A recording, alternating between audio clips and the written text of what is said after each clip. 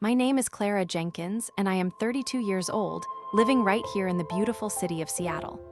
I've always been someone who sees the good in people, who loves a good celebration, and who cherishes memories, especially those captured in photographs. My husband, Mark, often teases me about how many pictures I take. I tell him every single one tells a story, a moment we can never get back, and I want to remember them all. We've been married for 5 wonderful years, and he's my rock, my best friend, and my favorite subject to photograph, though he'll never admit it. Our world feels full of warmth and connection. This past summer, the Emerald City Parade was everything you could hope for. The air was buzzing with excitement, colorful floats drifted by like slow-motion dreams, and the streets of Seattle were packed with laughing, cheering people. I loved seeing the community come alive, everyone celebrating together. Mark and I had found a perfect spot near the front, close enough to high-five the parade marchers. I was taking photos and videos with my phone, trying to capture all the vibrant energy, saving every smile, every waving flag, every burst of confetti. My phone wasn't just a gadget. It was my memory keeper, full of pictures of our travels, our family, and even the funny little quirks of our daily life. It held the first video of our niece learning to walk, the last photo of my grandmother's garden, and countless pictures of Mark and me just being us. It felt like a part of my story, always with me. As a particularly lively marching band passed, I turned to wave at a friend who was part of the parade, sharing a quick, joyful shout across the barriers. Mark, always trying to get a candid shot, raised his phone to snap a picture of me mid-wave, with the vibrant chaos of the parade behind me. It was a normal, happy moment, the kind we lived for. But then, as the crowd shifted and I reached for my back pocket to check the time, my heart skipped a beat. My phone wasn't there. A cold dread, sharp and sudden, cut through the warmth of the day. I patted my pockets again, then checked my small crossbody bag, desperately hoping I'd just put it in a different spot. Nothing. My phone, my precious archive of memories, was gone. It felt like someone had snatched a piece of my soul. I looked at Mark, my happy expression melting into a panicked frown. "My phone," I whispered, the words barely audible over the parade music. "It's gone." The vibrant world around me suddenly seemed to dim, and the joyful cheers turned into a distant hum of unconcerned noise. The problem was immediate and overwhelming. I felt violated, confused, and a strange anger began to bubble inside me.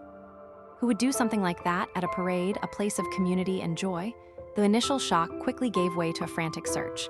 Mark and I retraced our steps, scanning the ground, hoping it had simply slipped out.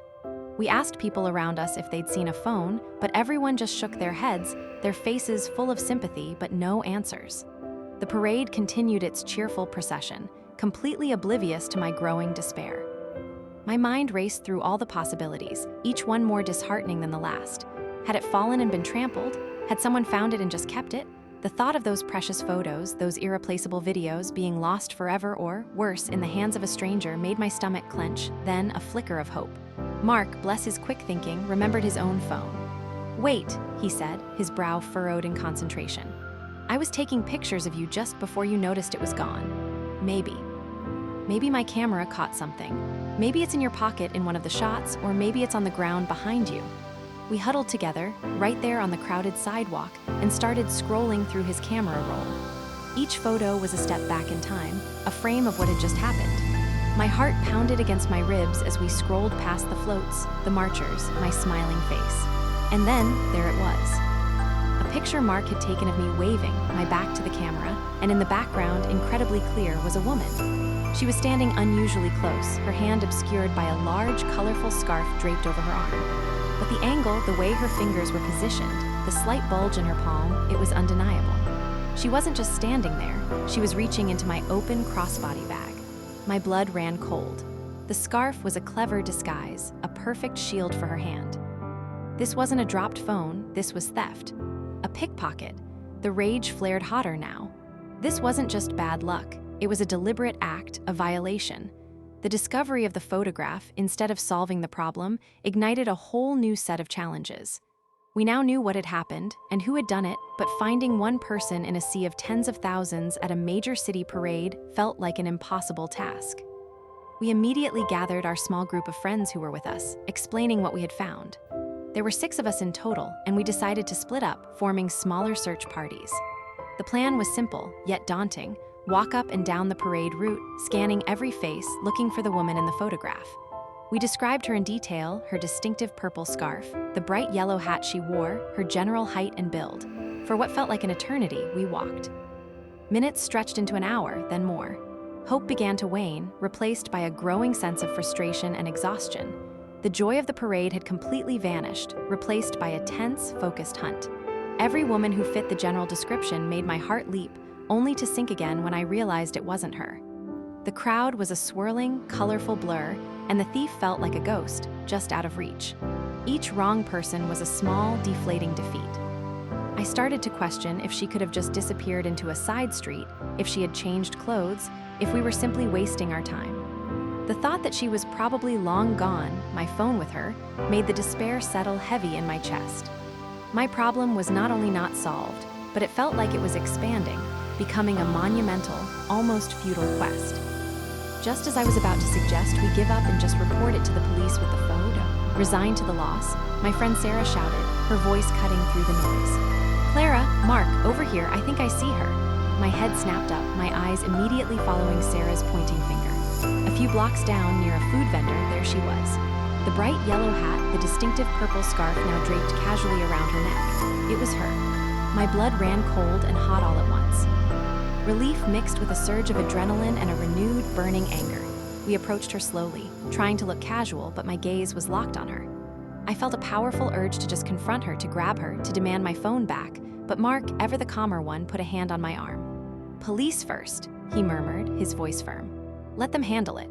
Luckily, at an event as large as the Emerald City Parade, police officers were stationed at almost every major intersection. We quickly spotted a patrol officer standing on the corner. We rushed over, breathless, the photograph displayed prominently on Mark's phone. "Officer," I blurted out, my voice shaky with a mix of excitement and indignation. "She stole my phone. My husband photographed her doing it, and she's right there." I pointed towards the woman, trying to keep my voice low but failing. The officer, a tall woman with a serious but kind face, looked at the photo, then at the woman I was pointing to. Her eyes widened slightly in surprise. The evidence was undeniable, staring her right in the face. She immediately called for backup on her radio, and within minutes, 2 more officers arrived. They approached the woman calmly but purposefully. I watched, my heart pounding, as they spoke to her, then led her a short distance away to question her. She looked utterly surprised, feigning innocence, shaking her head vigorously. My fury burned. How could she stand there and pretend she hadn't done anything? The officers asked her if she had my phone. She insisted she didn't, claiming she had no idea what they were talking about. My stomach dropped. Of course, she wouldn't still have it on her. These people work in teams, passing things off quickly. My frustration grew. They searched her small bag, then her pockets, and came up empty-handed. My heart sank. All that effort, all that proof, and my phone was still gone. It felt like a cruel joke. The police interrogated her for what felt like an hour, pushing her, showing her the damning photograph again and again. Finally, under pressure, her bravado crumbled. She admitted she didn't have the phone, but she said she knew who did. She made a phone call, speaking in hushed, urgent tones. After a few minutes, she hung up. She told the officers that the person she called had dropped the phone at the northeast corner of 14th Street and 6th Avenue, a few blocks away. The police, still skeptical but hopeful, dispatched an officer to that location. We waited, Mark holding my hand, the tension palpable. Another 20 minutes passed, an eternity. Finally, the officer returned, holding a phone in a plastic evidence bag. My breath hitched. It was the same make, the same model as my phone, a sleek silver device. Relief washed over me, a wave so powerful it almost buckled my knees.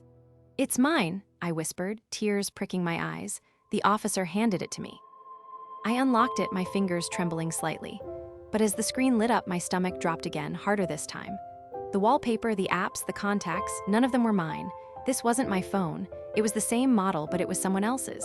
My hopes, which had soared so high, crashed to the ground with a sickening thud. The thief, standing a few feet away, managed a small, almost imperceptible smirk. She had played us, and she had won, at least in part. My phone was still gone, and I was left holding a stranger's device, a hollow victory that felt more like a crushing defeat. The police, seeing my devastated face, immediately understood. They arrested the woman on the spot, her smirk quickly replaced by a look of sullen resignation. She was taken away in handcuffs, but her arrest felt like a Pyrrhic victory. I had identified a thief, seen her apprehended, but my actual problem, the loss of my irreplaceable memories, remained unsolved. I was at my lowest point, utterly defeated and feeling foolish for having my hopes raised and then so cruelly dashed.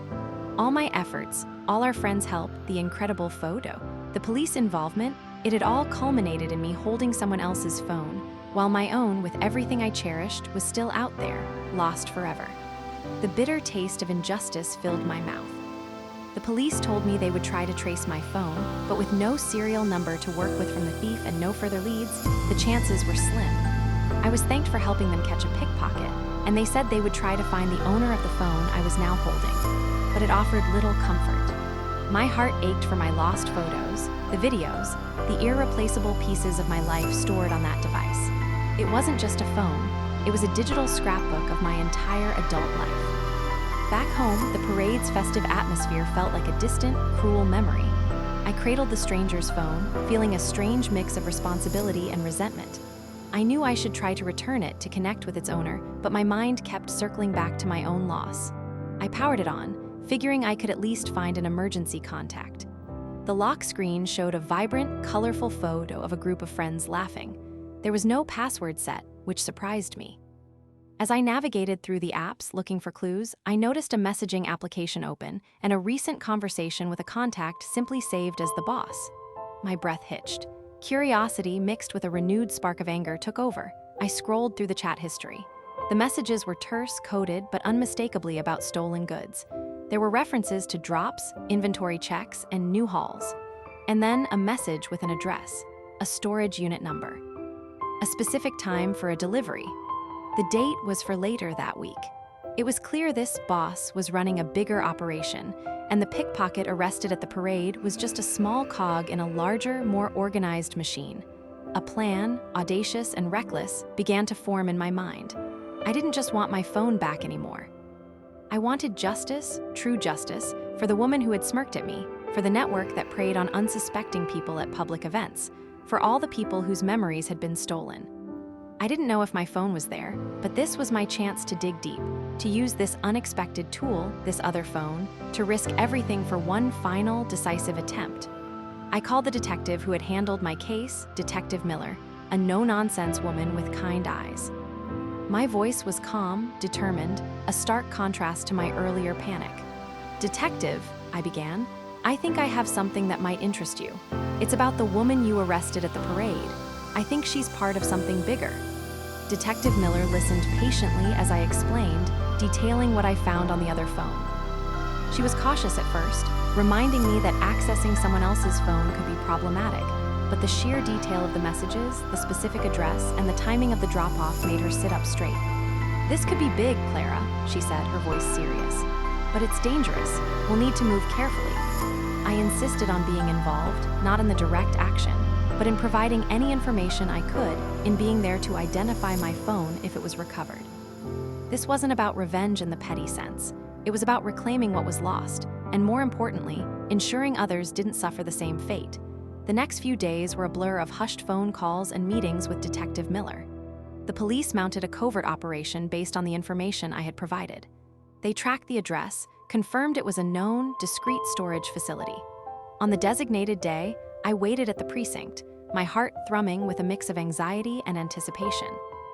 Hours crawled by. Then a call. Detective Miller's voice was full of triumph. "Clara, they're in. It was a bust. They've apprehended several individuals, and what they found," my breath hitched. "What they found, Clara, was a treasure trove of stolen electronics. Hundreds of phones, laptops, tablets. This was a major fencing operation." I drove to the police evidence locker, my hands gripping the steering wheel so tightly my knuckles were white. When I walked into the room, it was overwhelming. Tables piled high with recovered goods, each item a silent testament to someone's loss. And there, nestled among dozens of other phones, was mine. I recognized the small scratch on the corner, the worn case. I picked it up, feeling a wave of profound relief wash over me, so potent it brought tears to my eyes. My wallpaper, a goofy picture of Mark and me at the beach, bloomed on the screen. My photos, my videos, my memories, all intact. They were all there, safe. It was like getting a piece of my life back. But the consequences of my choice, of my refusal to give up, were even more poetic than just getting my phone back. The woman arrested at the parade, who had tried to trick me with another phone, was now facing much more serious charges, implicated in a far-reaching criminal conspiracy. Her small, smug act of deflection had led directly to the downfall of her entire operation.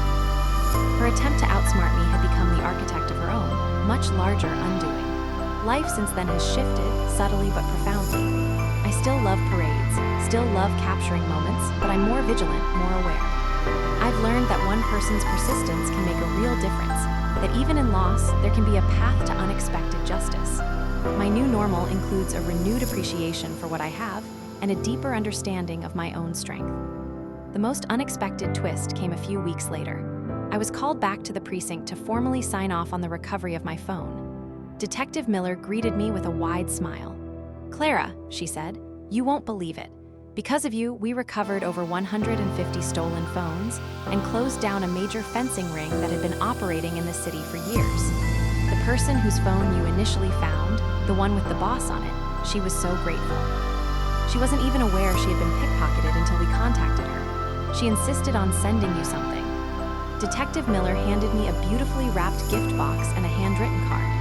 The card, from a woman named Sarah, expressed heartfelt thanks for returning her phone and for bringing down the criminals who had taken so much from so many. Inside the box was a gift certificate to my favorite local bookstore, along with a note that simply said, "To a true hero." I wasn't just a victim who got her phone back. I had been an unwitting catalyst for justice, turning my personal loss into a triumph for the entire community. It was a reminder that even when things seem lost, a single act of courage and determination can illuminate the path to a brighter, more just outcome.